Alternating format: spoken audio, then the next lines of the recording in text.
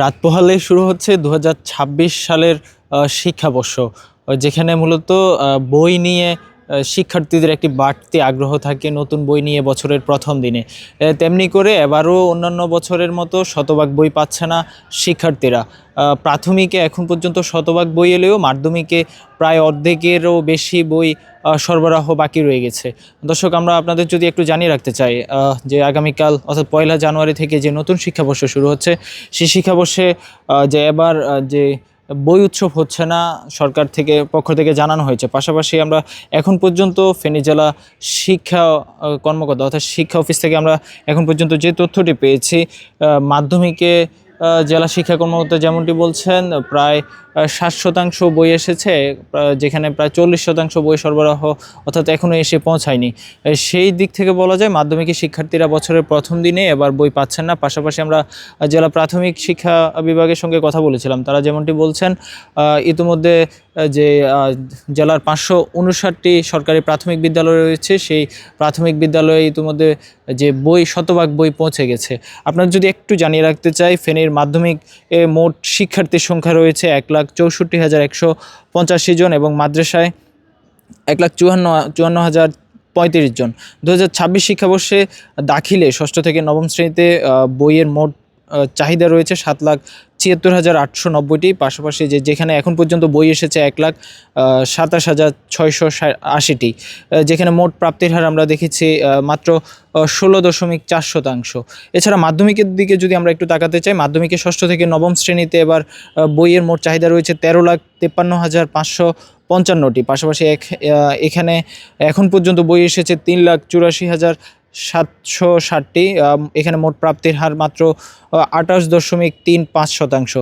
আমরা কথা বলেছিলাম জেলা প্রাথমিক শিক্ষা অফিসের সঙ্গে, তাদের যে আমরা সেখানে একটি তথ্য পেয়েছি, সেই তথ্য অনুযায়ী আমরা যেমনটি দেখেছি এবার যে প্রাথমিকে জেলায় মোট বরাদ্দকৃত বইয়ের সংখ্যা ছিল ৫,৬২,৯২৮টি বই।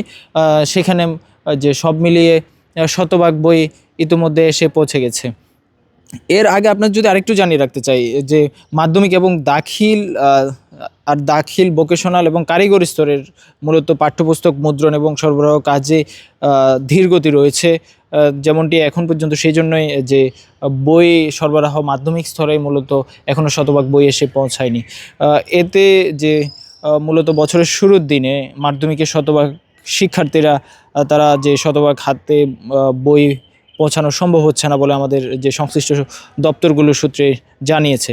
এর আগে আমরা যে আগামীকাল অর্থাৎ বছরের প্রথম দিন শিক্ষাবর্ষের বৃহস্পতিবার যে রাষ্ট্রীয় শোক, ৩ দিনের রাষ্ট্রীয় শোক চলমান রয়েছে। বিএনপির চেয়ারপারসন, ৩ বারের সাবেক প্রধানমন্ত্রী বেগম খালেদা জিয়ার মৃত্যুতে যে ৩ দিনের শোক ঘোষণা করেছে সরকার, সেই রাষ্ট্রীয় শোক চলমান থাকলেও শিক্ষা প্রতিষ্ঠানের যে কার্যক্রম চলমান থাকবে বলে আমরা সংশ্লিষ্ট দপ্তর সূত্রে জানতে পেরেছি। এতে মূলত শিক্ষা প্রতিষ্ঠানগুলো খোলা থাকবে, পাশাপাশি যে বই বিতরণেও কোনো ধরনের বাধা নেই বলে জানিয়েছে। বই উৎসব না হলেও আনুষ্ঠানিকভাবে যে শিক্ষা প্রতিষ্ঠানগুলো নিজ নিজ আয়োজনের মাধ্যমে যে শিক্ষা প্রতিষ্ঠান থেকে শিক্ষার্থীদের হাতে বই তুলে দেবেন বলে আমাদের জানানো হয়েছে। এর আগে আপনারা যদি আরেকটু জানিয়ে রাখতে চাই, এর আগে আমরা ২০২৪ শিক্ষাবর্ষে যেমনটি দেখেছিলাম অষ্টম এবং নবম শ্রেণীতে যে নতুন কারিকুলামে পাঠদান শুরু হয়েছিল, তারপরে আবার এক বছরের মাথায় অর্থাৎ ২০২৪ সনেই যে নতুন শিক্ষাবর্ষ শুরু হওয়ার পর ২৫ সনে এসে আবার রাজনৈতিক পট পরিবর্তনে যে সেই কারিকুলাম পরিবর্তন হয়ে আবারও